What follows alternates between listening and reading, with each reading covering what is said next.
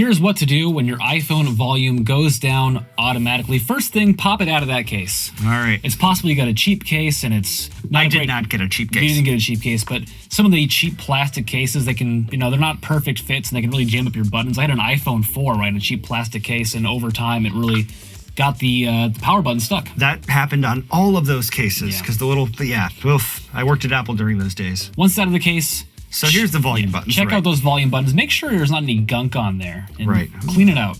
So anti-static brush or toothbrush that you've never used before, feel free to be a little aggressive. Yeah, any dirt or gunk can kind of jam up that volume down button. You want to make sure it's as clean as possible, and just pressing that button, make sure you're getting a really good click out of it. If it's kind of mushy or you're not getting any response at all, it might just be stuck. It might be stuck. Well, if it's, they would know if it's stuck. But if the volume button feels good to you, we need to go into the Settings app and take a look at a few things. The first is Change with Button. So open Settings, scroll down, and tap Sounds and Haptics. Then, under Ringer and Alerts, Change with Buttons. The volume of the ringer and alerts can be adjusted using the volume buttons. When this is off, now you're setting volumes independently of each other. Do you want your iPhone ringer volume to go up and down with the volume buttons on your iPhone? A lot of people think that the volume buttons are broken or it's just going down automatically because they've been hitting the volume down button or even accidentally, and then all of a sudden the phone's not ringing. I personally turn off Change with Buttons and put it right in the middle so that I can independently control the volume of music or YouTube videos, but I'm always going to hear my alarm. But David is... I like leaving it on. He leaves it on. Nice and easy. So we're not telling you that there's a right way and a wrong way. We're just saying that my way's the best way. And be careful of this. Just to understand that out. A relatively new feature, Reduce Loud Sounds, could also be automatically lowering the volume on your iPhone. So above that ringer and alert slider, tap on Headphone Safety. You'll see this Reduce Loud Sound switch, which is designed to protect your ears if the volume is way too high, and Apple can detect that and they automatically lower it so you don't blow your ears out and then you get sued. Right.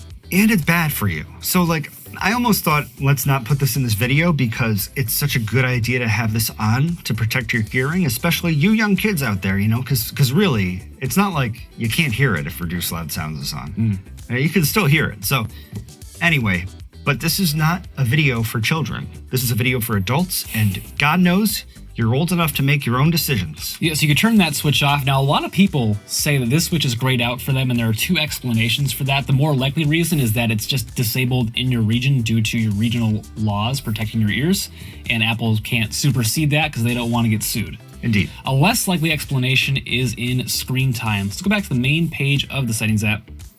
Tap on Screen Time, then tap on Content and Privacy Restrictions. Scroll down to Reduce Loud Sounds and tap on that. Enter your screen time passcode.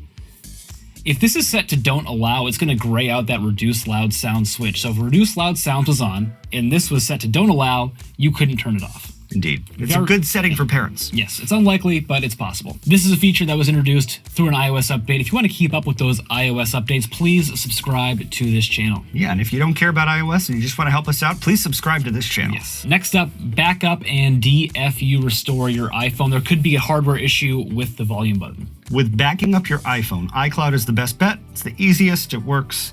If you want to use a computer because you don't have a bunch of iCloud storage available, David's going to tell you what versions to use. If you have a Mac running Mac OS 10.15 or newer, you'll use Finder.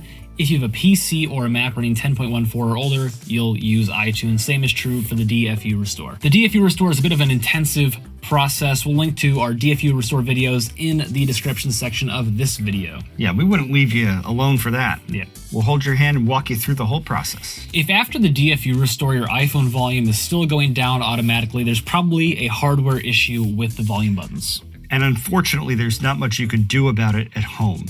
If your iPhone is still under warranty, take it to the Apple Store.